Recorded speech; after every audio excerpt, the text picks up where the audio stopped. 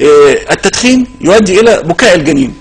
يعني هو دلوقتي الطفل عمال يسبح وعمال يلعب في حمام السباحه اللي جوه الرحم ده مبسوط خالص، بعد كده يجي له موجه من الدخان، يوم تلاقي الطفل عمل زي زلزال، وقف عن النمو، وقف عن الحركه، مش عارف ايه اللي حصل، اتوتر. مش بس كده، التدخين بيطلع منه النيكوتين، والنيكوتين يدخل على الاورطه بتاع الجنين. الاورطه اللي هو اكبر شريان يديله الدم، يديله الاكسجين في جسمه، يخليه يضيق، يقعد ضيق مثلا حوالي نص ساعه بعد اخر حاجه شيشها ولا دخلها في بطن امه. كمان يؤدي الى بطء حركه الدم في المشيمه، يوم الدم اللي هو هيغذي الجنين يقل، فما يقل مع الاكسجين، يوم الطفل اللي هو بيدخن في بطن امه هيطلع اقل ذكاء، ممكن يبقى متخلف، ممكن يبقى مشوه، وحتى بعد كده يروح مدرسه مش هيبقى شاطر. كمان في حاجه حديثه لسه ظاهره من كام يوم، يقول لك المدخنات ينجبن اطفال اقل قدره على الخصوبه في المستقبل. ازاي؟ يعني امه بتدخن دلوقتي وابنها يتجوز بعد 20 سنه يطلع بعد كده ما يخلفش. ليه؟ الحيوانات المنويه هتقل عنده، التدخين بيمتد للعمر كله، لعمر الجنين كله. والمفاجاه بقى الكبيره ان التدخين يؤثر على احفاد الاحفاد. ازاي؟ دي جديده جدا، ودي انا اعلنتها من فتره. يقول لك ازاي؟ يقول لك التدخين يؤدي الى تغيير الشفرات الوراثيه.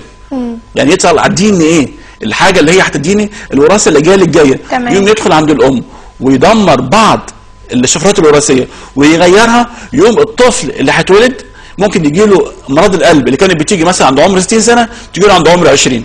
او يجي له مثلا حساسيه عند عمر 15، او يفلت هو ويجي حفيد هو اخر يجي له الامراض دي في المستقبل. تمام. طيب دكتور، يعني خطوات عمليه بقى 1 2 3 كده علشان تساعدنا على الاقلاع عن التدخين، نعمل ايه؟ نمره 1 نشر الوعي. يبقى انا بشوف حد بيدخن قدامي لازم اقول له ان ده غلط، ولو سمحت ما تضرنيش، انت هتاخد 20% من الضرر وانا هاخد 80%. نمره 2 يعني التدخين السلبي ضرره 80%؟ 4 اضعاف. والمشكله بقى لو انا قاعد مع 5 بيدخنوا قدامي يبقى ضيعوني. طبعا. بعد كده نمره 2 الحملات، اعملوا حملات في كل مكان، في المدارس، نشكركم طبعا في الاعلام والبرنامج النص الحلو، شاكرين جدا. بعد كده كل ما تعملي حمله هتلاقي في ناس هتستجيب للحملات دي. نمره 3 ان هو لازم يبقى عندي العزيمه، يبقى لازم انا اقوي الانسان ده طبعا. ولازم هو عنده العزيمه ان هو يتخلص من العاده السيئه دي. نمره 4 هناك اغذيه بتساعد على الاقلاع عن التدخين، اللي هي ايه يا دكتور؟ هنشرب ميه كتير. بعد كده هنبعد عن كل الاماكن اللي فيها تدخين. نمره 3 ان انا كل ما اتوتر اروح اكل جزره، اكل خياره، اكل حاجات فيها فيتامين سي زي البرتقال والليمون والبروكلي والكيوي والكلام ده، واخد حاجه فيها فيتامين الف، واشرب ميه كتير، اقعد امضغ اي حاجه، امضغ لبان، امضغ حاجات، اقعد امضغ فاكهه، حاجه تشغلني يعني كده. لازم ابعد عن كل اصحابي اللي بيدخنوا. لو عملنا الطريقه دي ممكن انا ويبقى عندي العزيمه. وبعدين انا بقول ان احنا نحط الصوره عندنا او في اللابتوب او في الكمبيوتر او حاجه، صوره للفنانين والفنانات العالميين اللي ماتوا من التدخين، لان كان في ناس زمان بتعمل اعلانات في التدخين، الكاوبوي والكلام ده. الراجل اللي كان بيركب الحصان في الافلام الامريكيه القديمه ويعمل اعلانات الكاوبوي بتاعت السجاير، ده جاله 7 انواع من السرطانات. اعوذ بالله. عمرنا ما ننسى دي. طيب يعني يا دكتور حضرتك بتقول يكون في زياده وفي تفعيل لحملات التدخين اكتر من كده. طب ما احنا في الفتره الاخيره يعني فعلا في حملات تدخين كتير جدا، وفي تركيز من جانب الاعلام بشكل عام على الحملات دي، والكلام في التدخين كتير جدا وفي اضراره وفي نتائجه السلبيه. طيب برضو ما فيش استجابه بالشكل الكبير اللي احنا عايزينه. ما نفقدش الامل. ما نفقدش الامل، بس نعمل ايه؟ نبدا بمين؟ يعني المشكله عند مين يا دكتور؟ انا مش عارفه. لا المشكله عند مثلا الرجاله ولا عند الشباب اللي هو السن الصغير ولا عند السيدات؟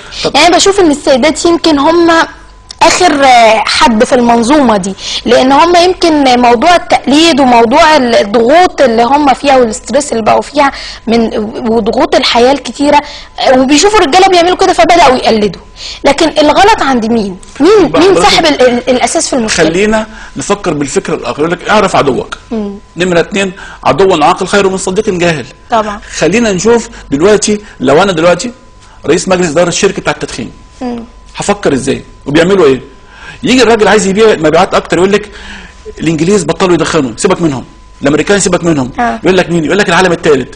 العالم الثالث في 3 فئات عندنا، في ناس رجاله ثقافتهم مش قوي، يقول لك نركز عليهم. نمره 2 في ستات مش فاهمين حاجه، ركز عليهم. في اطفال هيبقوا زباين المستقبل، هنركز على دول. يبقى هو شركات التدخين دلوقتي اصبحت تغذي الفئتين، الاطفال الصغيرين لانها زباين المستقبل. تمام. والدليل على كده بيعملوا حفلات في كل مكان في العالم، يعملوا حفلات ويبتدوا يوزعوا على العيال اللي هم 10 سنين 12 سنه سجاير مجانا. معقول؟ ده حصل كتير وانا شايفها بعيني.